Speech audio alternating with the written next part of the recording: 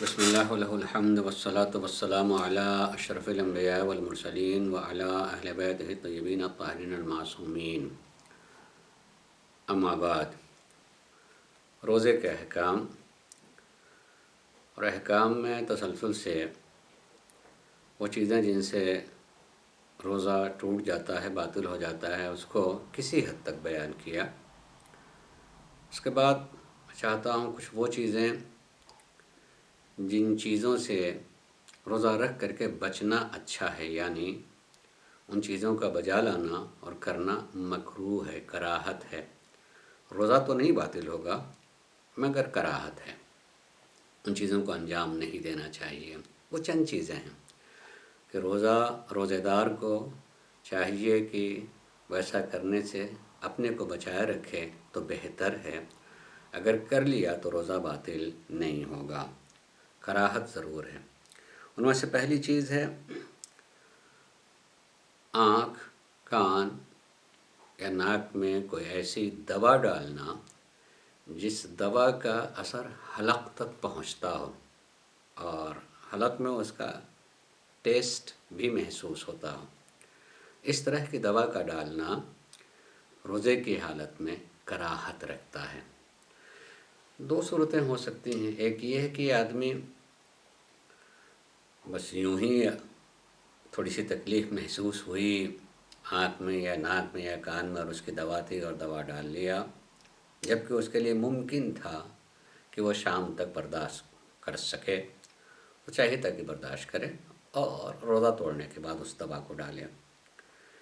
لیکن اگر ضروری ہے اسی وقت اس لیے تکلیف بڑھ رہی ہے اور ڈاکٹر کہہ رہے ہیں اس کو دوا کا استعمال کرنا چاہیے، تو یقیناً آدمی کر سکتا ہے۔ روزہ تو باطل نہیں ہوتا ہے اور ضرورت پر اس چیز کا استعمال کیا بھی جا سکتا ہے، مکروہ ہے صرف اس طرح کی دواؤں کا استعمال کرنا۔ دوسری چیز ہے کوئی ایسا کام کرنا جس کام کے بجا لانے سے انسان کمزوری محسوس کرتا ہو، جیسے فسد کھلوانا۔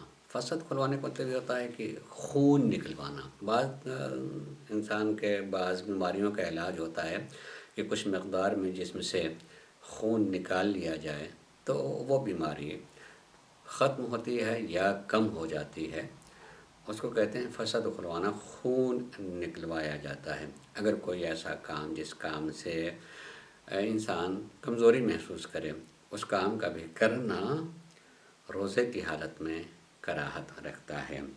تیسری چیز ہے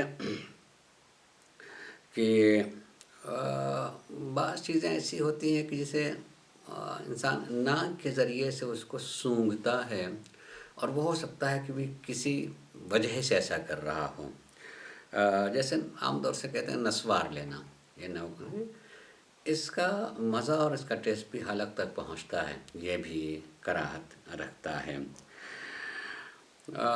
بہت تیز قسم کی خوشبو اور بعض خاص قسم کی جڑی بوٹیاں ہوتی ہیں جس میں الگ سے خوشبو ہوتی ہے زیادہ، اس کا سونگھنا یہ بھی کراہت رکھتا ہے۔ کراہت اور روزے کی حالت میں روزہ ٹوٹے گا نہیں اگر کسی شخص نے ایسا کیا۔ کبھی کبھی علاج ہوتا ہے کسی نہ کسی تکلیف کا جس کو انیما کہا جاتا ہے اور اس کو فقہی زبان میں شیاف کہا جاتا ہے۔ اگر خشک چیزوں سے اگر کوئی شخص جو ہے شیاف لیتا ہے، انیما لیتا ہے، تو یہ بھی کراہت رکھتا ہے۔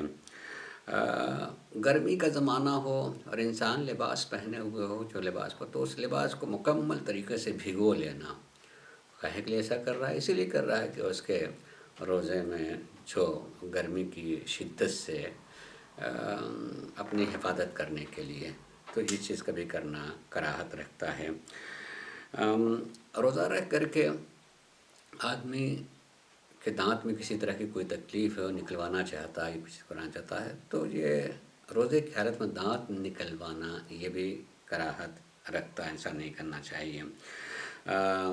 اور بلا وجہ کسی سیال چیز کو، یعنی بہتی ہوئی چیز کو، مثلا پانی ہی لے لیں، منہ میں لینا جو کلی کی طریقے سے آدمی کلی کرنا چاہتا ہے، یہ کراہت رکھتا ہے۔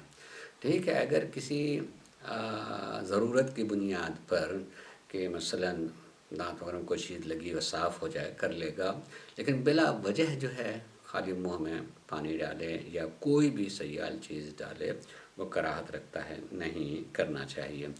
اللہ تبارک و تعالی ہم سب کو واجبات پر عمل کرنے اور محرمات کو ترک کرنے اور اسی کے ساتھ ساتھ مکروہات سے بچنے کی توفیق عنایت فرمائے۔ وآخر دعوانا ان الحمد للہ رب العالمین۔